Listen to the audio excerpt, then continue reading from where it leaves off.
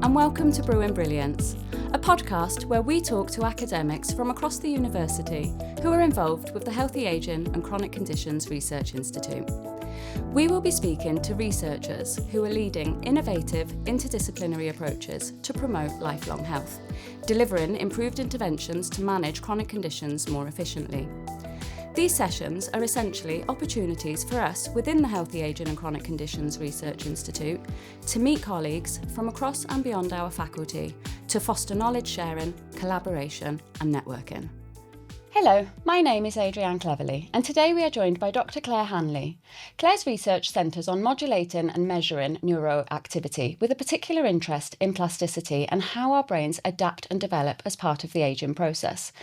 Through the use of behavioural paradigms, neuroimaging techniques and brain stimulation methods, Claire aims to investigate age-related changes within specific brain regions and diffuse neural networks in both health and disease.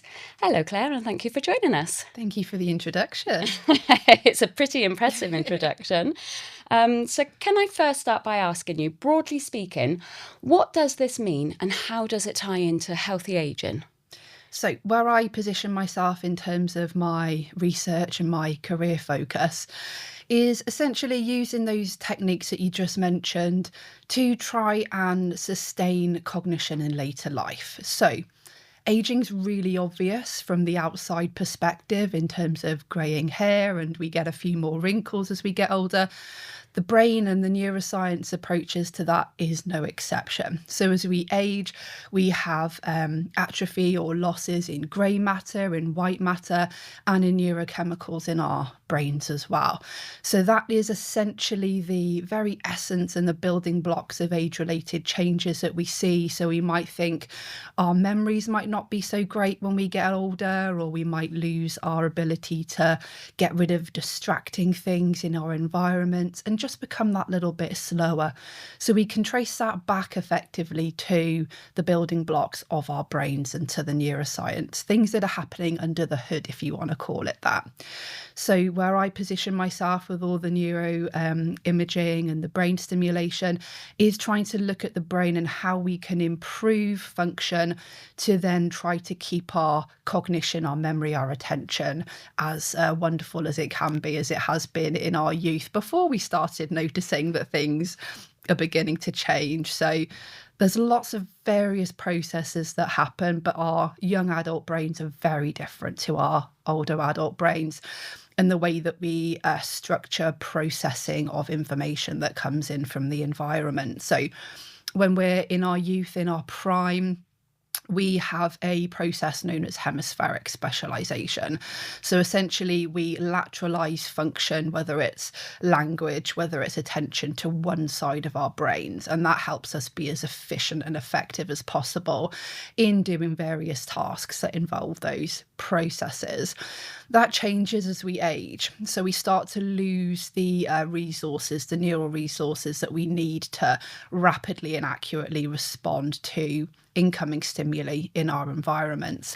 So what will happen is a process of compensation effectively, where the left and the right hemisphere both have to work together to bolster any resources that we have in our brains to try and still respond as accurately and as quickly as possible. So we definitely see changes in the brain as we age. So what I'm very much interested in doing is seeing how we can strengthen those processes. So we're not just using the brain's natural resources and its own ability to reorganize function as we get into later life. That might last us until we're 60, 70, depending on your kind of health habits that you've adopted, whether you exercise, whether you eat well. Those are all things that can help us. But in terms of external use, once we get to our 70s, 80s and beyond, those natural processes might start to decline. So my research is very much positioned around what can we do to help the brain sustain its own natural processes. So would that be then where you see the role of neuroplasticity in maintaining that cognitive function? Yeah, absolutely. So all of the building blocks, the excitation and the inhibition that goes behind the cognitive processes of simply being able to ignore something while attending to to something else. That's all very much rooted in neural plasticity. So if we can enhance excitability and plasticity in the brain that we know declines with age, then we've got a good chance of being able to maximize cognitive function that goes alongside it.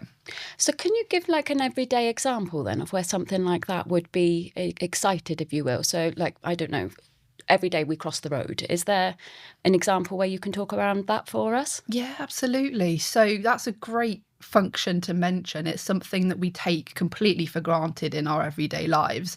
But just being stood at the side of a road, you need to be able to attend to streams of traffic. There could be noise in the background going on that's not necessarily directly related to you crossing the road, but is either going to help you or hinder you to get from one side to the other.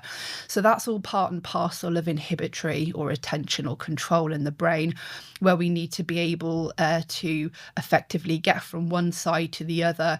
And that's our target, if you will. And then the distractors around us are going to be anything that's going to impede that process. So streams of traffic, any external noise, things like that. So what we see in the older adult population is that it becomes very much more difficult to actually suppress those distractions. So they take up space in the brain. So we're able to take everything on board, basically. But that's not necessarily a good thing for isolating that one particular target or doing that one particular task of crossing the road, when we've got all of these other things that are taking up valuable space in our brains. Younger adults, very much more simplistic process to say, okay, don't need to think about that, don't need to attend to that noise, I just need to go from A to B. But older adults find that much harder.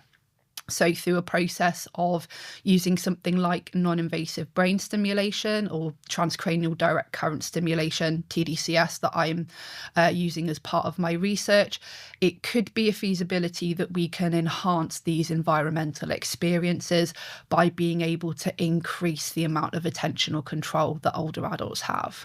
I'm glad you started with that, because what I was actually going to ask next is if these interventions can actually be used to offset or maybe delay like the decline in specific brain regions, but you've kind of touched on that. So can you just give us a little bit more around that? Yeah, absolutely. So the stimulation technique I just mentioned, so the TDCS, effectively what we're doing with that, what I've done with that in the past, we're taking a really weak electric current, passing it through two electrode pads that are placed on the surface of the scalp, on the front of the brain, where we think that attention is largely going to be monitored, and in terms of our brain function, where the responsibility for attention lies is in the front of the brain and our frontal cortices.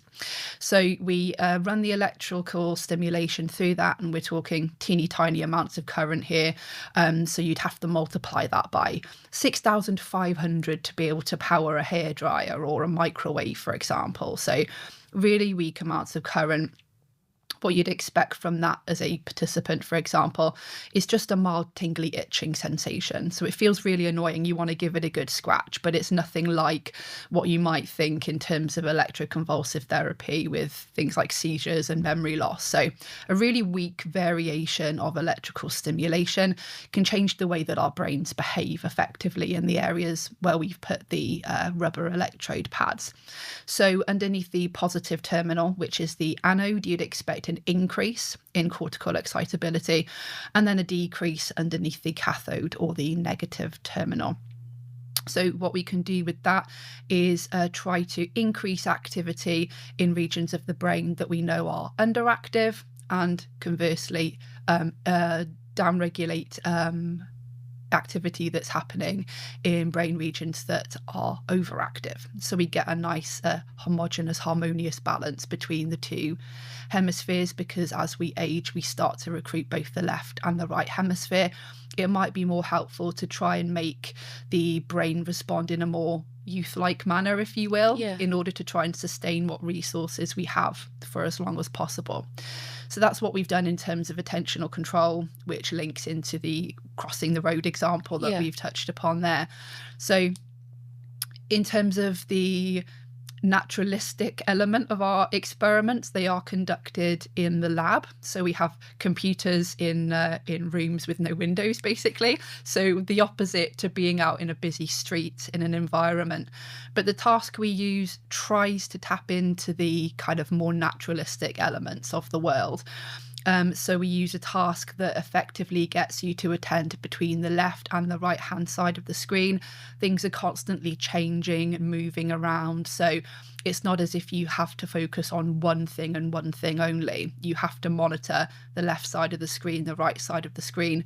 Things are changing and going on as they would do in the real world, which gives us some confidence that the benefits that we can have on the task and with the stimulation, we've shown that we can make our participants faster and kind of more accurate in the way that they're responding, which hopefully in future will translate to being able to engage with the real world in a more effective manner.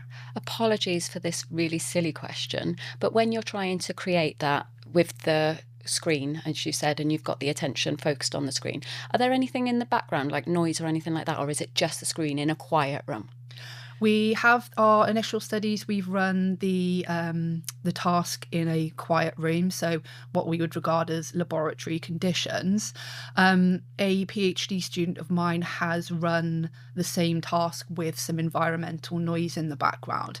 So this wasn't with the stimulation. This was just as a way of looking at environmental navigation, potentially looking at gait and movement and distraction in older adulthood. Strangely enough, they didn't find any differences with the environmental noises, which could signal that either the noises we're using were not annoying enough and attention grabbing enough, or perhaps we need to look at other noises and other approaches to really mimic the real world. Yeah, sorry, it's just like, because you think of the noise element, don't you? And you look for that sort of, well, on that note, with the neuroimaging and the brain stimulation, do you think that we can better tailor the interventions that you use to individual brain profiles in the ageing population? Because like you just mentioned, the noises, you know, what an older person might find more annoying in a sound might be different to when we're in our prime. Yes. So obviously the way that a young adult brain behaves will not be the same as the way an older adult brain behaves because of the changes that we've already talked about. I think there is absolutely always scope for making things better, for enhancing effects that we can find. So we've replicated a few times the effect of greater attentional control in adults, older adults, with the active anodal stimulation compared to a placebo or sham variant. So we're confident in that process. We've taken initially we were running the stimulation for 20 minutes and we did that across 3 sessions and we found an effect at the end of the 3rd session, but we've since replicated that to show that we can have an effect after just 1 session of the brain stimulation and just 10 minutes of it as well. So half the time. Exactly. And it's already showing effects. Yes, yeah. The thing we don't know yet is how long those effects will last for. So if we were to get our participants back a week later, a month later, are they still there? Do we need to be implementing some kind of a top-up system? These are kind of the big and bold plans that we have for the future, but optimization is definitely the way forward. So again, apologies if this is a silly question. Never a silly question. But were the participants then, there was no mild or any sort of cognitive decline in there, was there? Or were they all sort of just older people? Yes, so they are what we would call quote unquote healthy older adults. Yeah, so from a population that's not showing any signs of cognitive impairment on something like the Montreal Cognitive Assessment or the mini mental state examination, any kind of neuropsychological testing. So do you think this research could have a big impact then on those people that do have that? So like Alzheimer's or... Yeah, absolutely. There is most definitely a place for extending what we're doing in healthy ageing to populations with cognitive impairment. It might well be the case that while we're seeing a preventative approach with the older adults, if we can use the TDCS before we start seeing declines, in those populations where a decline is already evident, what we might be able to do there is to offset the symptoms getting even worse. maybe implement some kind of maintenance where they're able to maintain the cognitive function that they have for far longer than they would have done if they hadn't have had the brain stimulation intervention. All of this it's kind of unknown at the moment, but it's very much where I see the research heading.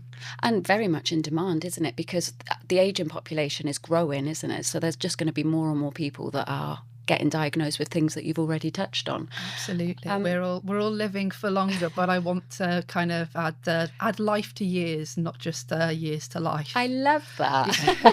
That's not my quote, though. I've got to say that's not mine.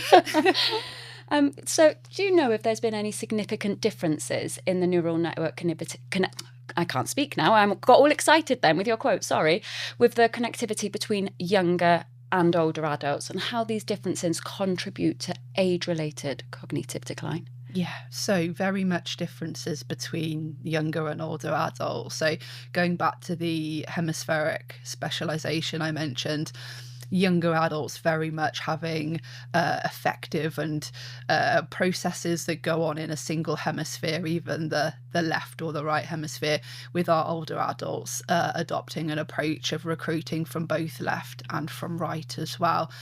So those are the types of distinctions that we see.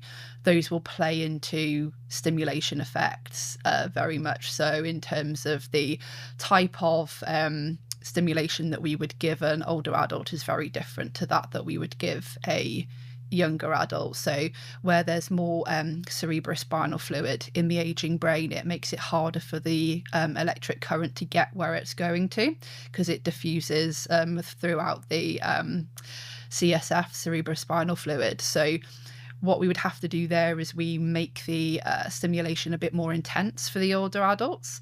And we also tend to stimulate for longer durations in the older adult populations compared to the young as well.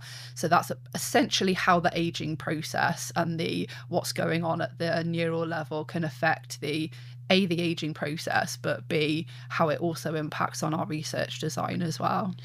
So I'm sitting here now and I'm thinking, right, younger age is 20 to 30, roughly? Yep. So classically, we hit midlife when we get to our 40s. So anywhere below 40, we classify in the lab as being a young adult. So when you're finished and I come and see you, am I going to have the prime function of a 20 to 30-year-old brain, given... I make no guarantees, but if you would like to participate in one of the studies, you're more than welcome. I need something. I would love to carry on because I am I say I'm fascinated after every recording, but genuinely the research that's going on is so fascinating. This has been a very interesting topic of conversation and I really appreciate you coming in to speak to us. Thank you so much for sharing your research. If you would like to find out more about neuroplasticity and what the work Claire has been doing, you can visit her staff profile page on the Swansea University website. That is all from us today. And if you have enjoyed and would like to find out more about this podcast and any Swansea University research, please follow us. We are under the Medicine, Health and Life Science Research Institute and we are the Healthy Aging and Chronic Conditions. Genuinely, you're going to have to come back when you've moved this research because this is so interesting and so relevant. Thank you. It's my pleasure. Thank you for having me. Thank you.